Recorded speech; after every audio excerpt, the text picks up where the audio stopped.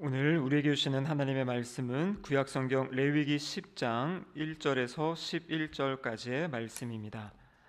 구약성경 159면입니다. 159면 레위기 10장 1절에서 11절까지의 말씀입니다. 하나님의 말씀을 저와 한 절씩 교독하도록 하겠습니다.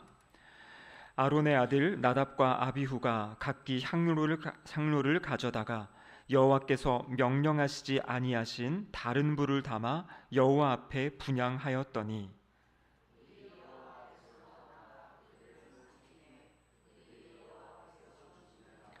모세가 아론에게 이르되 이는 여호와의 말씀이라 이르시기를 나는 나를 가까이 하는 자 중에서 내 거룩함을 나타내겠고 온 백성 앞에서 내 영광을 나타내리라 하셨느니라.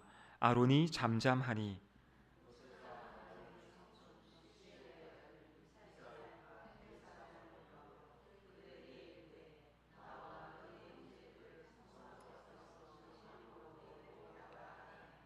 그들이 나와 모세가 말한 대로 그들을 옷 입은 채 진영 밖으로 메어내니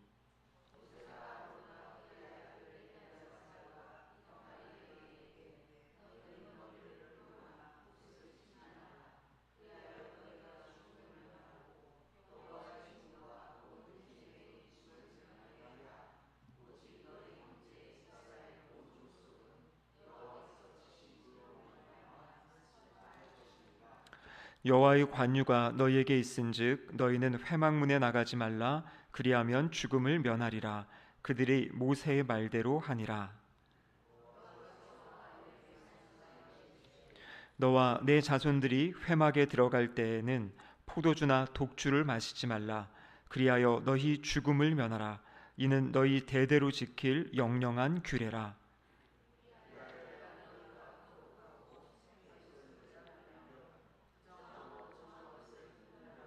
함께 읽겠습니다.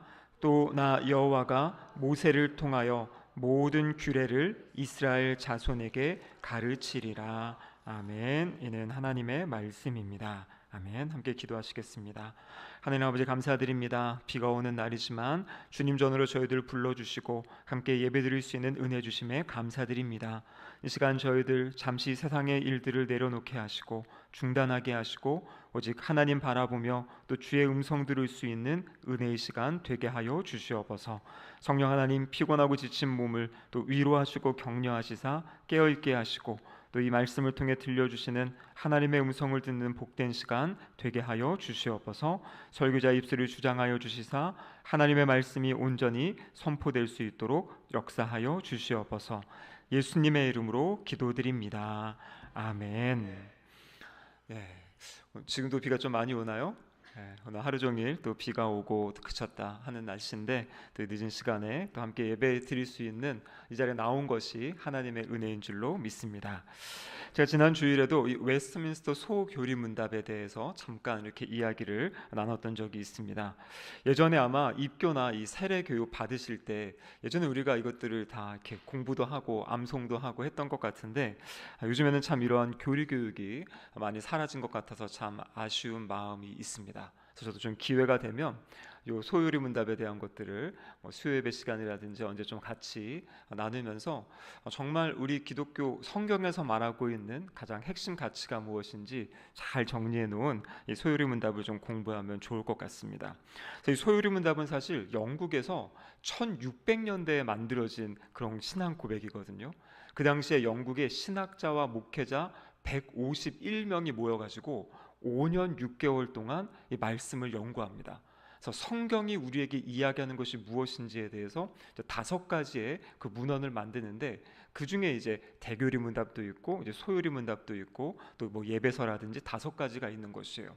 그래서 1600년대 만들어진 이제 그 신앙 고백을 오늘날까지 우리 대한예수교 장로회 통합 측에 이제 헌법책이 있는데 헌법책 앞에 보면 우리가 믿는 신앙 고백서가 있습니다. 거기 이제 사도신경도 있고 그 중에 하나가 뭐냐면 소요리 문답이 들어가 있어요. 그래서 우리 장로교는 이 믿음의 고백을 바탕으로 한다라는 이제 그러한 것을 이제 가지고 있는 것이죠.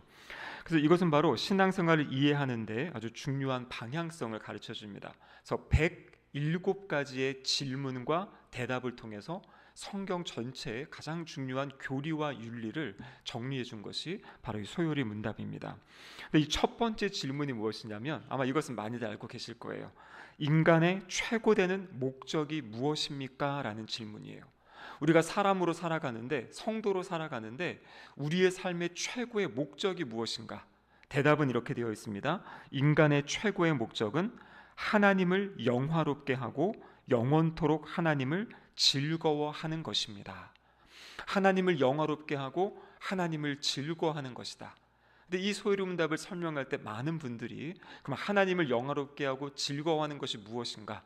그것이 바로 하나님께 예배드리는 것이다. 이렇게 이제 이야기를 하는 겁니다. 그렇기 때문에 우리가 이 땅을 살아갈 때 아주 중요하게, 또 가장 중요하게 여겨야 될 것은 바로 하나님께 예배드리는 삶. 그래서 예배 가운데 하나님을 만나고 또 하나님을 기뻐하며 즐거워하는, 하나님을 누리는 삶, 그것이 바로 우리 인간의 가장 중요한 목적이다라는 것입니다. 자, 우리 옆에 계신 분들과 한번 인사하겠는데요. 참 잘 오셨습니다. 진실한 예배를 드립시다. 네, 참 잘 오셨습니다. 진실한 예배를 드립시다. 사실 이 수요 예배 나오는 것은 결코 쉽지 않은 그런 일이에요. 그래서 저희 예전에 저희 아버지께서 그런 얘기 하셨거든요. 어느 교회의 이 믿음의 수준을 보려면 수요 예배를 드려봐야 된다. 왜냐면 주일 설교는 목사님들이 이제 다양한 분들이 다 계시기 때문에 때로는 쉽게도 하고 또 다 이해할 수 있는 어떤 그러한 내용들을 이야기하는데, 이 수요일은 정말 믿음이 있고 신앙 있는 분들이 참여하시는 이 예배이기 때문에 이 수요 예배 때 더 어떤 성경에 대한 것들을 깊게 이야기하고 나눈다, 이런 얘기를 하신 것 같아요. 그래서 저도 이 수요 예배 때에는 이 레위기 설교 이거를 지금 주일날 한다고 생각하면 많은 분들이 어려워하실 수 있어서 저는 이것이 너무나 중요하고 또 소중한 말씀이라는 생각이 있기 때문에 수요일날 이렇게 차근차근 같이 살펴보고 있습니다. 여러분, 창세기 4장에 보면 에덴 동산에서 쫓겨나서 이제 아담과 하와가 그 자녀들을 낳죠. 그 자녀들의 이름 기억하십니까? 바로 가인과 아벨, 그 자녀들을 낳습니다. 이 자녀들이 어느 정도 성장한 다음에 하나님께 예배드리는, 제사드리는 장면이 나옵니다. 근데 거기서 알다시피 가인도 하나님께 제사를 드렸고 아벨도 하나님께 제사를 드렸는데, 드린 것은 다 드렸어요. 그런데 한 사람의 제사는 하나님이 받으셨고 다른 한 사람의 제사는 하나님이 받지 않으셨어요. 누구의 제사를 받으셨습니까? 아벨의 제사를 받으셨죠. 그래서 우리가 여기서 볼 수 있는 것은 무엇이냐면, 내가 하나님께 예배를 드린다고 해서 하나님이 다 받으시는 것이 아니다라는 것이에요. 그래서 성경에 보면 그 예배의 절차와 방법도 있고요. 특히 신약에 와서는 예배의 정신을 이야기하고 있죠. 그러니까 하나님, 만왕의 왕 되신 하나님께 드리는 예배는 그냥 내가 시간이 돼서 시간을 내서 나와서 그 자리에 앉아 있으니까 난 다 됐지. 물론 신앙이 어리고 이제 막 처음 신앙생활을 시작하실 때는 그러실 수 있죠. 하지만 점점 우리의 신앙의 연륜이 쌓여져 가고 성장하고 성숙한다라는 것은 바로 예배드리는 마음과 태도와 자세가 달라진다라는 것이에요. 그래서 정말 이 예배의 자리가 하나님이 임재하시는 자리라는 그 하나님의 임재 의식을 가지고, 그럼 그분 앞에 나는 어떠한 모습으로 예배드려야 될지, 그것을 우리를 끊임없이 생각할 수 있어야 됩니다. 그래서 오늘 본문 이 9장을 통해서 우리가 살펴볼 것은, 그러면 하나님이 받으시는 예배가 어떠한 예배인지 그것을 한번 살펴보려고 합니다. 우리가 지지난주에 레위기 9장의 말씀을 봤어요. 레위기 9장은 어떤 상황이었냐면 8장에서 이제 아론의 아들들이 제사장 위임식을 합니다. 그리고 8장에서 위임식을 마친 다음에 9장에서 처음으로 아론이 제사를 집례하게 돼요. 그 제사의 장면이 이 9장에 나와 있는 장면이죠. 그래서 하나님께서는 아론에게 제물을 준비하게 하시고 하나님이 말씀하시는 제사법에 따라서 그렇게 제사를 드리게 하고, 그리고 약속의 말씀도 주십니다. 이렇게 너희들이 예배를, 제사를 잘 드리면 내가 이렇게 반응하겠다. 자, 레위기 9장 6절에 보면 이렇게 기록되어 있는데요. 같이 한번 읽어보겠습니다. 모세가 이르되 이는 여호와께서 너희에게 하라고 명령하신 것이니 여호와의 영광이 너희에게 나타나리라. 아멘. 그러니까 예배를 드릴 때 여호와의 영광이 나타난다, 이 약속의 말씀을 하나님이 모세에게 주신 겁니다. 그리고 실제 이들이 제사를 잘 드렸을 때 여호와의 영광이 온 백성 앞에 나타났어요. 그 내용이 레위기 9장 23절에 보면 온 백성 앞에 하나님의 영광이 나타났다 이렇게 기록하고 있습니다. 그리고 그 나타났을 때의 사람들의 반응이 레위기 9장 24절에 나와 있는데요, 같이 한번 읽어보겠습니다. 불이 여호와 앞에서 나와 제단 위에 번제물과 기름을 사른지라 온 백성이 이를 보고 소리 지르며 엎드렸더라. 아멘. 그러니까 하나님이 말씀하신 대로 아론이 그 첫 예배, 첫 제사를 다 드리고 났을 때 하나님의 영광이 임하는데 어떻게 나타나냐면 불이 여호와 앞에서 나와서 번제단 위에, 그 제단 위에 있는 그 모든 번제물과 기름을 사른 것이에요. 그러니까 하늘로부터 주님의 불이 내려와서 그것을 이제 사르고, 그 모습이 뭐냐면 하나님이 내가 너희들의 예배를, 너희들의 제사를 받았다라는 그러한 증거로 그러한 역사를 보여주고 계신 거죠. 그래서 구약에 보면 이러한 상황들이 몇 차례 더 기록되어 있습니다. 나중에 뒤에 가면요, 이 사사기 같은 데는 이 삼손의 아버지 이 마노아가 제사 드릴 때 불이 하늘로부터 내려와서 제단을 불사릅니다. 솔로몬이 성전을 봉헌할 때도 그 성전 봉헌식에도 하나님의 불이 내려와서 제단 위의 것을 불사릅니다. 그리고 너무나 잘 알고 있는 엘리야가 갈멜산에서 기도했죠. 제단을 쌓아놓고 850대 1로 그때 기도했을 때에도 하늘에서 불이 내려서 그 모든 제단을 불살라버리는 그러한 역사들을 보여주고 있는 것입니다. 그래서 여기서도 오늘 본문에서도 이 첫 번째 제사를 드렸을 때 하나님 약속대로 하나님의 영광을 나타내시고 보여주셨는데 그것이 바로 불의 역사로 지금 나타난 것을 보여주고 있는 것이죠. 그래서 이 불은 바로 기도 응답의, 예배 응답의 그러한 결과로 불이 내린 것이에요.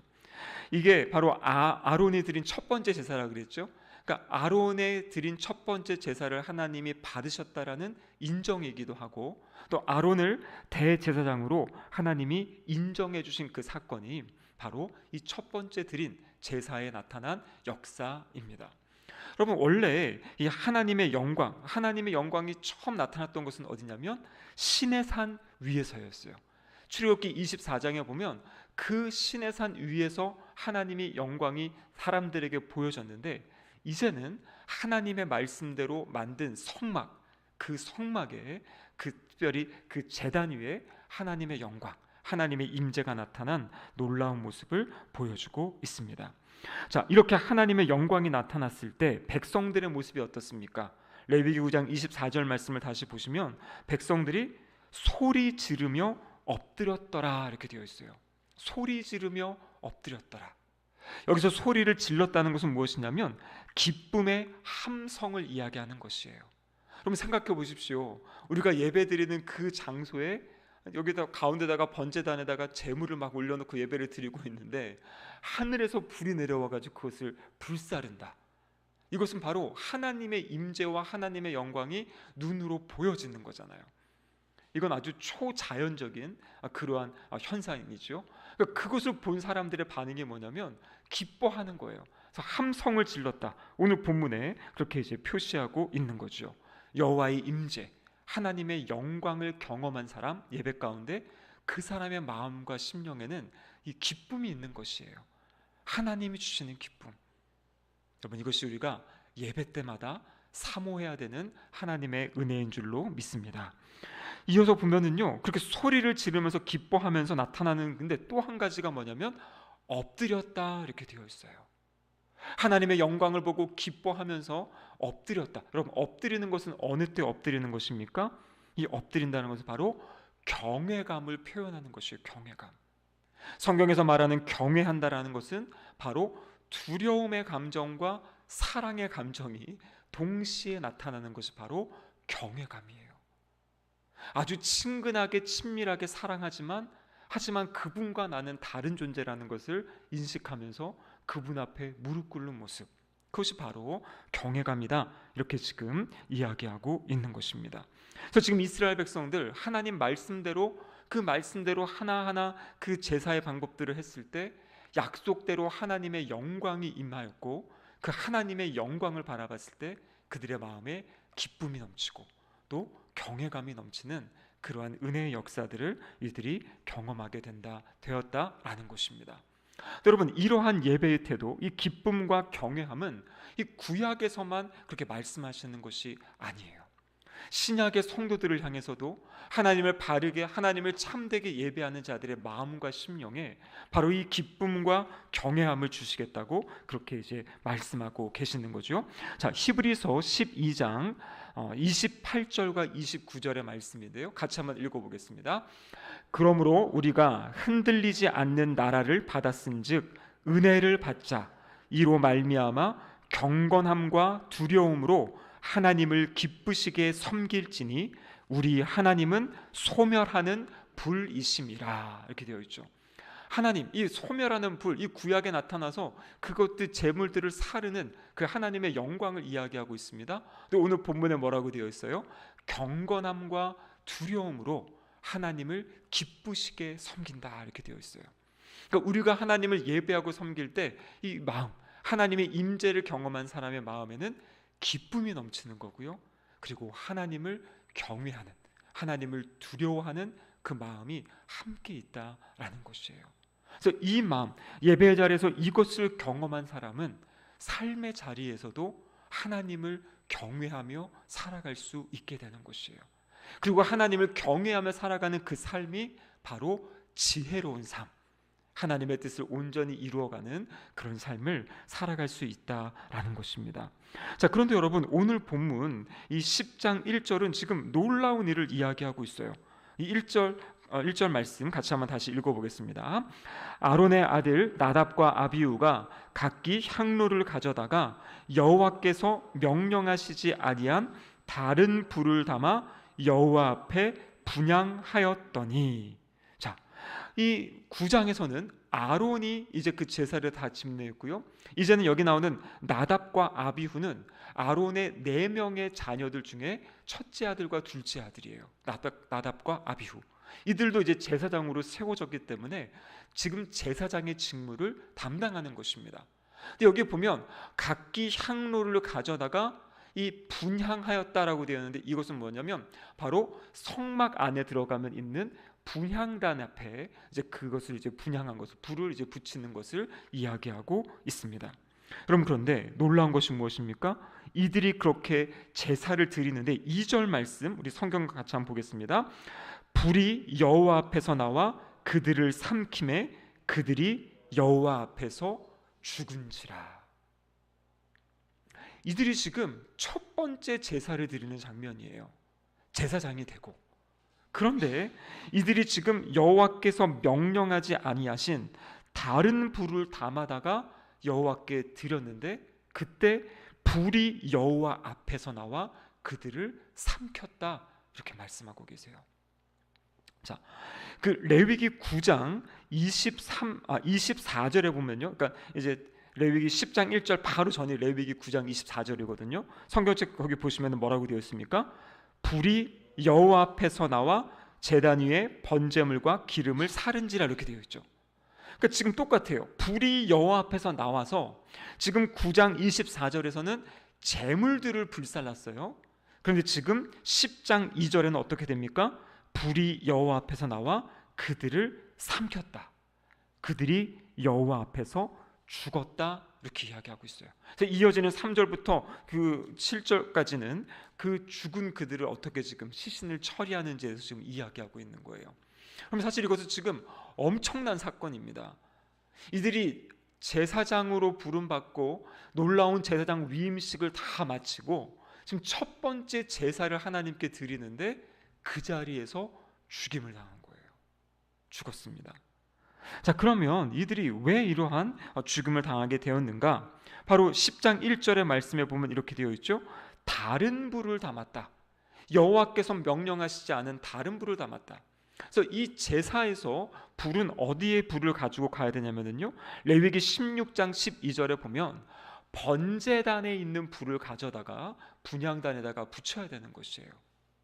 그러니까 하나님은 지금 그 예배 드리는 것 안에서 어떠한 불을 어떻게 사용해야 되는지까지 다 말씀해 주셨는데, 여기서 말하는 다른 불이라는 것은 바로 그 번제단의 불이 아닌, 뭐 출처는 어딘지 모르겠지만 다른 불을 가지고 그 제사를 드린 그 순간 하나님께서 이들을 죽이신 사건.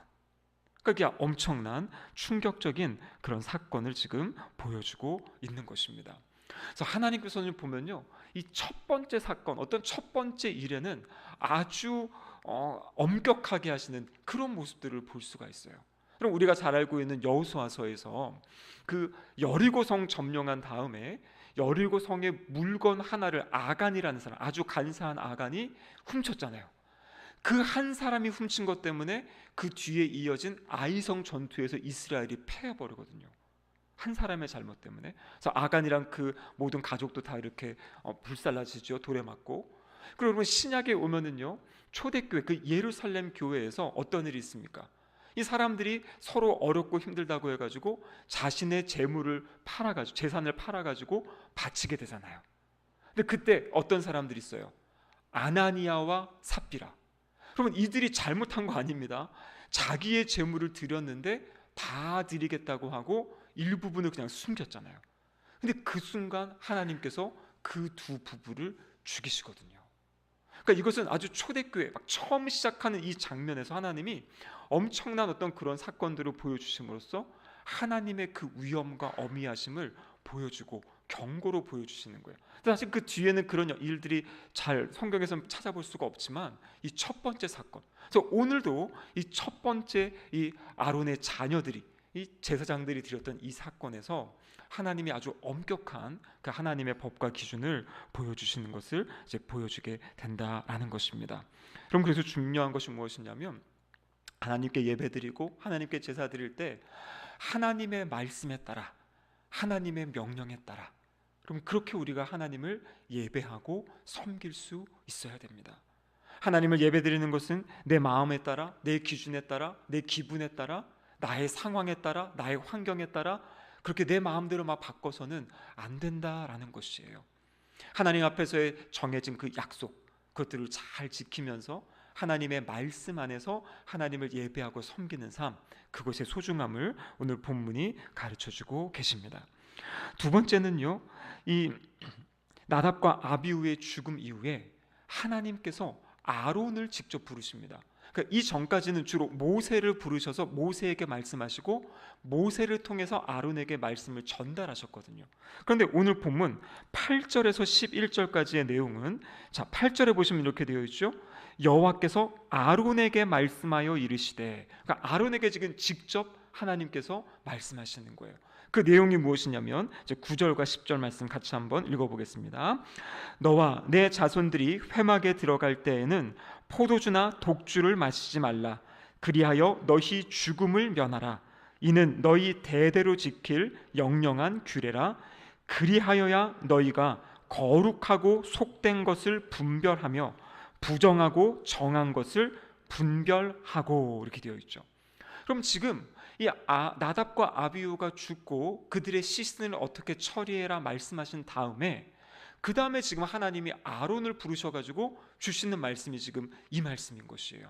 근데 지금 말씀의 핵심이 뭡니까? 포도주나 독주를 마시지 말아라, 이렇게 말씀하고 있어요. 그래서 많은 성경학자들이 왜 그러면 지금 이 말씀을 이 순간 이 문맥에서 주셨을까? 그것은 바로 이 나답과 아비후가 잘못된 불, 다른 불을 드리고 했던 여정 가운데, 과정 가운데 이들이 어떤 이 포도주나 독주를 먹고 좀 취해 있는 잘못된 상태에서 이러한 잘못된 제사를 드리지 않았을까? 이것이 이제 많은 성경학자들이 이 본문을 해석하는 이제 그러한 흐름입니다. 그래서 제사장이 해야 될 두 가지 중요한 임무가 무엇이냐면, 오늘 여기 나오는 것처럼 거룩하고 속된 것이 무엇인지를 분별해주고 부정하고 정한 것이 무엇인지를 분별하는 것, 이것을 통해서 예배, 제사를 집례하는 것이 제사장의 첫 번째 임무입니다. 그리고 또 성경을 자세히 살펴보면 제사장의 두 번째 임무는 무엇이냐면 하나님의 말씀, 율법의 말씀을 사람들에게 가르치는 것이에요. 그러니까 지금 하나님의 말씀을 잘 분별해서 하나님의 말씀을 가르쳐야 하는 사람이 이렇게 포도주와 독주 가운데 취해 있게 되면, 여러분, 취하게 되면 어떻게 분별력이 생길까요? 안 생길까요? 분별력이 사라지게 되죠. 그것을 지금 이제 말씀하고 계시는 거예요. 그래서 이제 분별하기 위해서는 오히려 이 성령님의 조명을 받아야 되고, 이 멀쩡하고 아주 말짱한 정신을 가지고 이 하나님 맡겨주신 일을 감당해야 된다. 이것을 지금 아론에게 이야기하고 계신 겁니다. 여러분, 이 술 취함과 성령 충만, 이것을 대조하고 있는 성경이 있는데 혹시 이렇게 떠오르시는 구절 있습니까? 술 취함과 성령 충만. 네. 에베소서 5장 18절 말씀이에요. 술 취하지 말라, 이는 방탕한 것이니 오직 성령으로 충만함을 받으라, 이렇게 되어 있죠. 지금 핵심은 사실 성령으로 충만함을 받으라, 이것이 핵심이에요. 성령 충만을 받으라, 성령 충만을 날마다 사모하고 그 성령 충만함 가운데 살아갈 것을 말씀하고 계세요. 근데 그 바로 앞에 무엇을 대조하고 있습니까? 술 취하지 말라. 그러니까 이 성령 충만한 삶과 술 취함의 이 유사점과 차이점이 있음을 우리는 성경 말씀을 통해 알 수 있어요. 여러분, 술 취함과 성령 충만의 유사점, 어떤 것이 있을까요? 무엇이 좀 비슷할까요? 술 취함과 성령 충만, 여기 보니까 대부분 술 취함의 경험이 없으셔가지고 그게 뭘까 하시는 것 같은데요, 제가 전해 들은 바에 의하면 술에 취하면 이 기운에 사로잡힌다 그래요. 술 기운에 사로잡히는 거죠. 그래서 처음에는 내가 술을 마시는데 어느 순간 넘어가면 이제 술이 나를 먹는다라는 표현. 그래서 이렇게 막 필름이 끊긴다고도 하고, 막 정신을 잃고 어떻게 집에 왔는지도 모르고. 그러니까 이러한 상황이 이게 올바른 상태가 아니다라는 것이에요. 이 땅을 살아갈 때 온전한 정신을 가지고 말짱한 분별력을 가지고 살아야 되는데, 내가 지금 어떠한 일을 하고 있는지 모르고 이렇게 해서 술 취한 다음에 술 기운에 사로잡혀 가지고 여러 가지 어떤 죄를 짓는 일들도 많이 나타나지 않습니까? 그러한 것이 바로 이 술 취함, 이 술 기운에 사로잡히는 거예요. 근데 성령 충만은 무엇입니까? 성령 충만은요, 다름이 아니라 성령 하나님께 사로잡힌 상태. 그래서 성령 하나님의 다스림 가운데, 성령 하나님의 통치 아래에 있는 상태가 바로 성령 충만의 상태다라는 것이에요. 그러니까 두 개가 유사한 건 뭐냐면 무엇인가에 사로잡히는 거예요. 사로잡히는 거. 제가 어제 오랜만에 거의 7, 8년 만에 이제 저 대학교 친구인데요. 이제 그 친구는 이 합동측 교회 이제 목사고 이제 이렇게 담임 목회를 하고 있는데 정말 한 8년, 7, 8년 만에 만난 것 같아요. 만나가지고 서로 이제 이야기도 좀 나누고, 이제 그 친구가 먼저 담임 목회를 나가가지고 저한테 어제 약간 이제 좀 가르쳐줬어요. 어떻게 목회를 해야 되는지 이런 얘기를 나누는데, 이 친구가 뭘 했냐면 이 오륜교회라고 아주 김문호 목사님 사역하시는 교회가 있죠. 오륜교회에서 이 3040 목회자들을 불러다가 이렇게 그룹을 만들어가지고 1년 동안 이렇게 멘토링을 하는 프로그램이 있었어요. 근데 그 프로그램에 이 친구가 어떻게 이렇게 돼가지고, 그래서 거기 가서 이제 그 훈련을 이제 받았던지 그런 이야기를 이제 해주는 겁니다. 제가 사실 그 이야기를 좀 듣고 싶어가지고 이제 만나자고 해가지고 무슨 이야기를 들었냐 했는데, 어제 제가 들었던 가장 이제 그 기억에 남는 건 뭐냐면 이 김문호 목사님, 은호 목사님이죠. 김문호 목사님.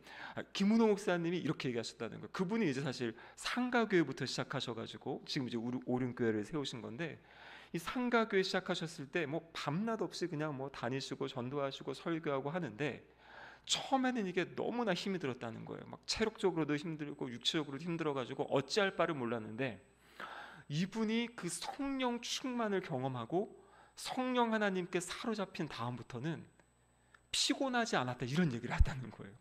그러니까 거기는 이제 목사님들이 개척교회도 있고 또 어느 정도 규모가 있는 교회도 있고, 그래서 목사님 어떻게 그렇게 많은 일정을 감당하십니까? 어떻게 그렇게 사역하십니까? 했더니 그 김문호 목사님 말씀이, 성령님께 사로잡혔을 때는 이 정서적으로나 육체적으로나 이것이 힘들거나 어렵지 않고 그냥 너무나 기쁘고 즐거움으로 감당한다는 것이에요. 그래서 잠시 목사님이 자리를 비우시고 이 친구가 이제 어떻게 보면 목사님 옆에 앉고 옆에 사모님이 계셨는데, 사모님이 그거를 또 막 이야기하셨다는 거예요. 우리 목사님은 진짜 이 믿음으로 하나님이 보여주시면 그냥 그거가 뭐 되든 안 되든 기도하면서 막 이렇게 밀고 나가시는데 그 성령의 충만한 은혜 가운데 그 일들을 하나하나 하나님이 하게 하셨다. 이 얘기를 이제 하더라고요. 그러면서 성령 충만해야 지치지 않고 피곤하지 않고 사역할 수 있다. 이제 이런 이야기를 그 친구가 저에게 이제 들려주었습니다. 그러니까 여러분, 결국에는 그것이에요. 이 성령 충만하다는 것은 우리 나의 어떤 힘, 나의 능력을 뛰어넘는 하나님이 부어주시는 어떤 믿음, 힘과 지혜를 가지고 하나님이 맡기신 사역을 감당하기도 하고 삶의 자리를 살아가게 하는 그 능력이 바로 성령 충만함이에요. 근데 하나님이 이것을 우리에게 약속해 주신 거거든요. 구하라, 그리하면 주신다. 근데 가장 좋은 것을 주시는데 구하는 자에게 성령을 주시지 않겠느냐. 그래서 성령 하나님이 우리 가운데 역사하시고 일하시는 그 능력을 우리가 이제 사모해야 될 것을 이야기하고 있습니다. 근데 여러분, 술 취함과 성령 충만의 가장 큰 차이는 무엇이냐면, 술 취함은 말 그대로 여기 나온 대로 분별력을 잃어버려요. 자기가 무엇을 했는지도 모를 정도로 이건 아주 어리석은 모습으로 나가는 것이요. 왜냐하면 자기 생각조차도 잃어버린다는 것은 엄청나게 위험한 일이지요. 근데 여러분, 성령 충만의 모습은 무엇이냐면 지성과 생각과 이것이 아주 맑아지는 것이에요. 그래서 하나님의 말씀의 기준 안에서 무엇이 옳고 무엇이 그른지를 분별할 수 있는 그 분별력이 아주 명확하게 드러나는, 그것이 바로 성경에서 말하는 성령 충만의 모습입니다. 그래서 이 20세기 최고의 강해 설교자라고 불리우는 영국의 마틴 로이드 존스 목사님이, 원래 이 목사님은 이 목회자가 되기 전에 이 의사셨거든요. 의학 박사셨는데요. 그분이 이런 얘기를 해요. 술이라는 것은 억제제다. 그래서 우리 두뇌에 있는 모든 중요한 것들, 자제력, 지혜, 이해력, 분별력, 판단력, 몸의 균형, 사물에 대한 평가, 이 모든 것을 억제하고 제어하고 이 균형을 잃어버리게 만드는 것이다. 이렇게 이야기하면서 이제 이것을 이제 경계할 것을 이야기하고 있는 겁니다. 근데 그 반대로 성령 충만한 사람은요, 여기 나와 있는 모든 이해력과 분별력과 지혜와 자제력과 이 평가, 판단력들이 아주 잘 발휘되어지는 상태가 이 성령 충만함의 상태다라고 이야기를 하는 것이에요. 그래서 오늘 본문은 지금 하나님께서 아론에게 이 하나님께 예배드리러 나오는 그 순간 바로 이 성령 하나님을 의지하고 신뢰하고 자신의 몸을 잘 준비하고 관리할 것을 이야기하고 있는 것이에요. 무엇인가 취해가지고 아니면 그렇게 이제 그 상태로 예배드리는 것이 아니라 성령 하나님께 붙잡힌 바 되어 그렇게 온전한 정신을 가지고 하나님을 섬길 것을 이야기하고 있습니다. 여러분, 신약 성경에도 보면은요, 오늘 아까 말씀 나눈 에베소서 5장 18절이 가장 대표적이죠. 술 취하지 말라. 그러면 술 취함의 기준은 알 수 없습니다. 알코올이 들어가면 다 취하게 돼 있어요. 어떤 분들은 취하지 말라 그랬지 마시지 말라 그런 거 아닌 거 아니냐 하면서 이제 나는 안 취하게 마신다 하는데, 여러분, 옳지 않아요. 디모데전서 3장 8절에 보면 집사의 직분 가운데 술에 인박히지 아니한 자, 디도서 1장 7절은 감독에 대해서는 술을 즐기지 아니하는 자, 이렇게 이야기하면서 술에 대해서 끊임없이 음주에 대해서 경고하고 있어요. 오늘날 안타까운 현실은 우리 성도들도 이 술에 대해서 너무나 가볍게 생각하고 이것들을 너무나 친하게 여긴다라는 것이에요. 그래서 예전에는 기독교인 하면 주일 성수 잘하고 술 먹지 않는 사람, 직장에서 이렇게 인정이 됐지만 요즘에는요 그렇지 않다 그래요. 이제 저도 이제 젊은 청년들이랑 많이 이렇게 사역하다 보면 이렇게 술을 권하다가 저 술 안 마시는데요, 교회 다니는데요, 그러면 뭐라 그러냐면 다 이제 교회 다니시는 분들이 또 더 막 권한다 그래요. 나도 교회 집사야, 나도 교회 뭐야, 그러면서 괜찮아 뭐 이러면서, 이제 요즘은 이제 또 그런 분위기가 없지만 어쨌거나 중요한 것은 이것은 뭐냐면은요, 술을 먹는다 안 먹는다 이 차원의 핵심은 우리가 배웠잖아요. 이 레위기 8장과 9장에서 이야기한 핵심은 뭐냐면 구약의 그 제사장의 모습은 신약의 우리 성도들의 모습이다. 우리가 거룩한 제사장이다. 구별된 제사장이다. 이렇게 이제 말씀하셨잖아요. 그래서 오늘 여기 나오는 이 말씀도 이 당시에 이들에게만 적용하는 것이 아니라 우리에게 적용하는 것이에요. 포도주나 독주를 마시지 말라 이렇게 말씀하신 것을 마시지 않고 우리를 거룩하게 구별하고 지켜갈 때 우리가 하나님을 바로 예배하고 바로 섬길 수 있다라는 것입니다. 여러분, 그래서 사도 바울은 하나님의 은혜로 구원받은 사람들, 그들을 향해서 이렇게 이야기하죠. 몸을 하나님이 기뻐하시는 거룩한 산 제물로 드려라, 이렇게 말씀하세요. 그러면서 로마서 12장 2절의 말씀을 보시면은요, 그러면 이 말씀이 오늘 레위기 10장 8절에서 11절의 말씀과 동일한 말씀입니다. 같이 한번 읽어보겠습니다. 너희는 이 세대를 본받지 말고 오직 마음을 새롭게 함으로 변화를 받아 하나님의 선하시고 기뻐하시고 온전하신 뜻이 무엇인지 분별하도록 하라. 그래서 구약의 제사장의 역할이 분별하며 살아가는 것이에요. 무엇이 옳고 무엇이 그르고 무엇이 정하고 부정한지. 근데 신약의 모든 성도들 향해 주시는 말씀이 무엇이냐면 하나님의 선하시고 기뻐하시고 온전하신 뜻이 무엇인지 분별하면서 그렇게 하나님을 예배하고 살아갈 것을 우리에게 말씀하고 계십니다. 여러분, 예수님께서 십자가에 달려 죽으시고 부활하시고 승천하시고 하나님 보좌 우편에서 하신 일이 무엇이냐면 성령 하나님을 이 땅 가운데 보내셨잖아요. 그래서 그것이 바로 우리가 지킨 성령 강림절의 중요한 의미라 그랬죠. 성령님이 찾아오실 때부터 이제 새로운 예배의 시대가 열리게 되는 것이에요. 새로운 예배의 시대. 그 예배의 시대가 요한복음 4장 23절 24절 말씀 같이 한번 읽겠습니다. 아버지께 참되게 예배하는 자들은 영과 진리로 예배할 때가 오나니 곧 이때라. 아버지께서는 자기에게 이렇게 예배하는 자들을 찾으시니라. 하나님은 영이시니 예배하는 자가 영과 진리로 예배할지니라. 아멘.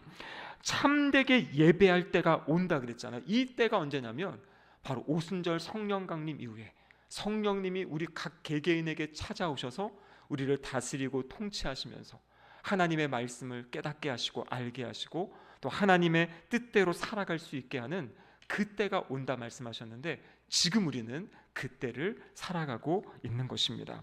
말씀을 마무리하겠습니다. 여러분, 우리가 예배 드릴 때는요, 바로 예배를 통해 우리 자신을 하나님께 드리는 것이에요.